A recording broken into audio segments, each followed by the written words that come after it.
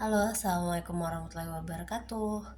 Gimana kabarnya? Semoga sehat selalu ya. Hari ini kita akan belajar tentang Smith chart. Apa sih Smith chart? Kalian ada yang udah paham belum ya? Smith chart ini digunakan untuk pembacaan radiofrekuensi biasanya. Nah, ini bentuknya seperti ini kurang lebih. Bisa kamu lihat ini ada yang menuju generator,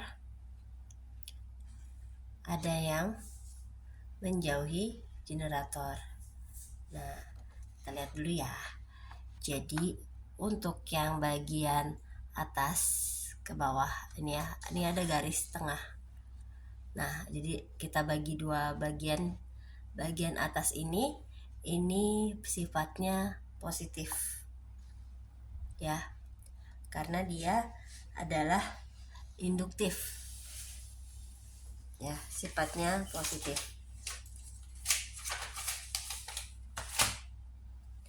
Sedangkan untuk yang bagian bawah ini bersifat kapasitif atau negatif. Ini kuadran 3 dan 4, ini kuadran 1 dan 2. Oke, itu dulu. Nah, untuk baca R nanti kita gunakan yang mendatar. Oke. Untuk X nanti kita gunakan yang melingkar ya, jadi gitu cara pembacaannya. Oke, sebelum kita masuk ke lebih lanjut, biasanya kamu udah sering tahu nih gimana sih cara penggambaran dari yang disebut dengan impedansi, generator, dan beban. Nah, semoga kamu gak jadi beban ya, canda. Oke, di sini ada L. Sini kita ilustrasikan sebagai generator.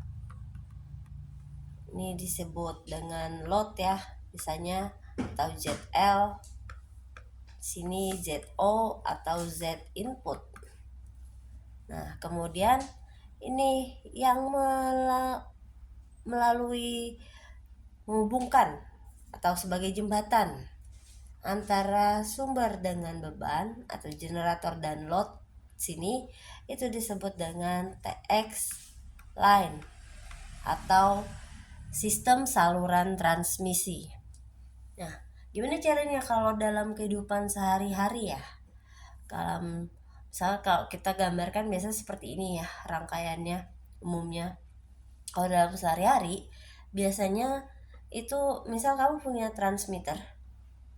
Anggaplah ini transmitter ya. Transmitter.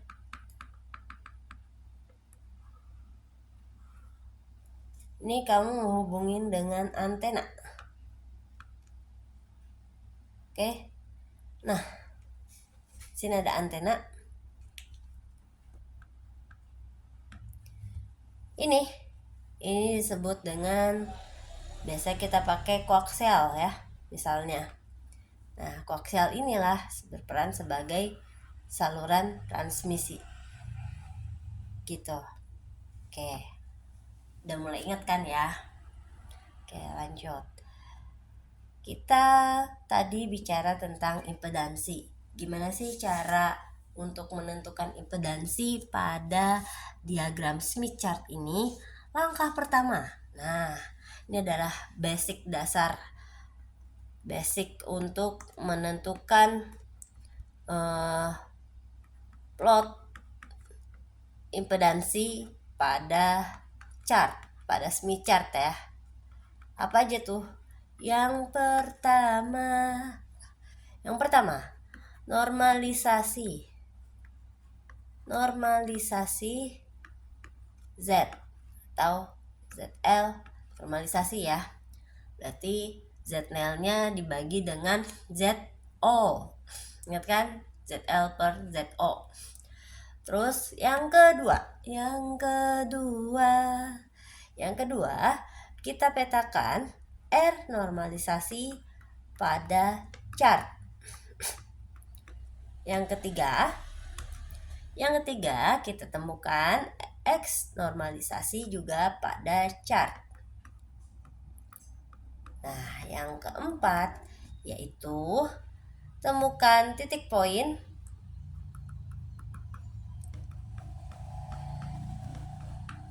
pertemuan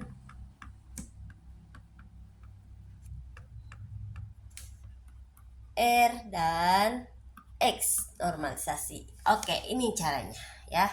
Jadi pertama kamu harus tahu dulu normalisasi ZL impedansinya berapa, tuh dibagi dengan Z0-nya. Kemudian ada R normalisasinya pada chart. Oke, R ini yang mendatar, nanti kita tempatkan R untuk melihat yang mendatar, sedangkan X untuk yang melingkar. Jika dia dalam bagian yang atas, berarti dia akan mendapatkan nilai positif, sedangkan jika ke bawah berarti dia akan mendapatkan yang negatif.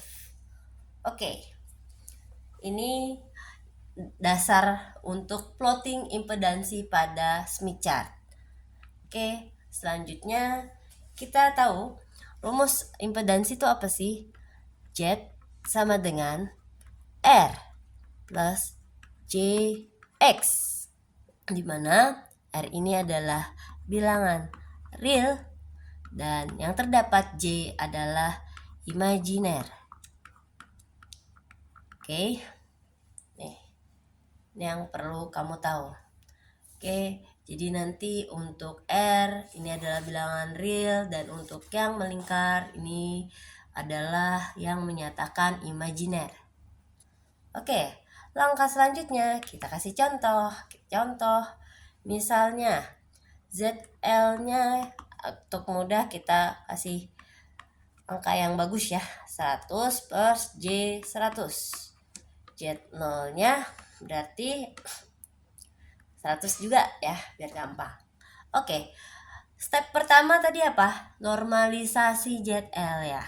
Oke, kita masuk ke langkah pertama. ZL berarti gimana? 100 plus J 100 dibagi sama siapa? Dibagi Z0. Dibagi Z0 kan?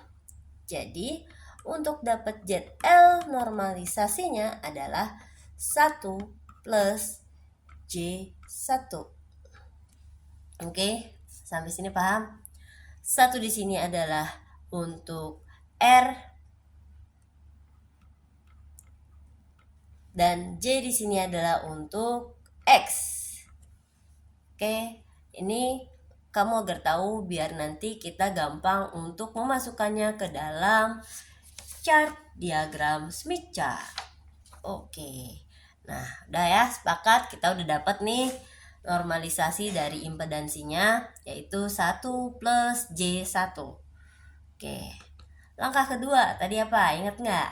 Langkah kedua yaitu caranya kita masukkan ke dalam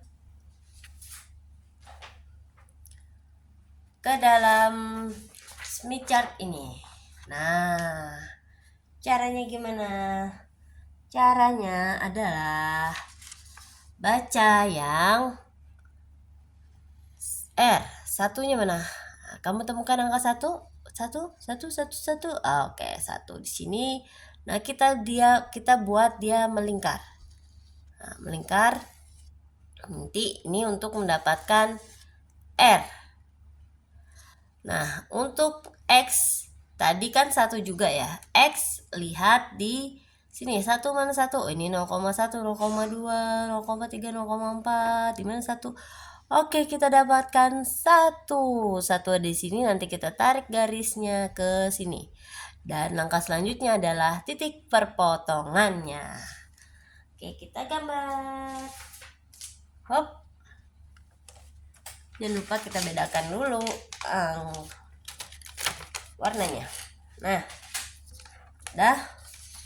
Tadi ZL sama ini normalisasi adalah 1 plus J1 ya. Nah, kita dapat satunya kan? 1 kita lingkari yang warna hijau. Ini untuk menunjukkan dia R normalisasi. Oke, langkah kedua tuh yang warna hijau. Selanjutnya untuk yang warna merah Ini untuk memplotkan X normalisasi. Oke, poin ketiga, langkah ketiga. Dan langkah keempat apa? Titik perpotongan antara R normalisasi dengan X normalisasi. Di mana titiknya? Oke, kita temukan di sini titiknya. Kita bisa tarik garis ke sini. Ini kira-kira 63 ya. 63. Sini Z normalisasinya adalah 1 plus J1. Oke, gampang kan cara baca pakai Smith chart? Oke, next nanti kita akan gunakan plotting Smith chart pada soal-soal berikutnya atau dengan media lainnya. Oke, assalamualaikum warahmatullahi wabarakatuh.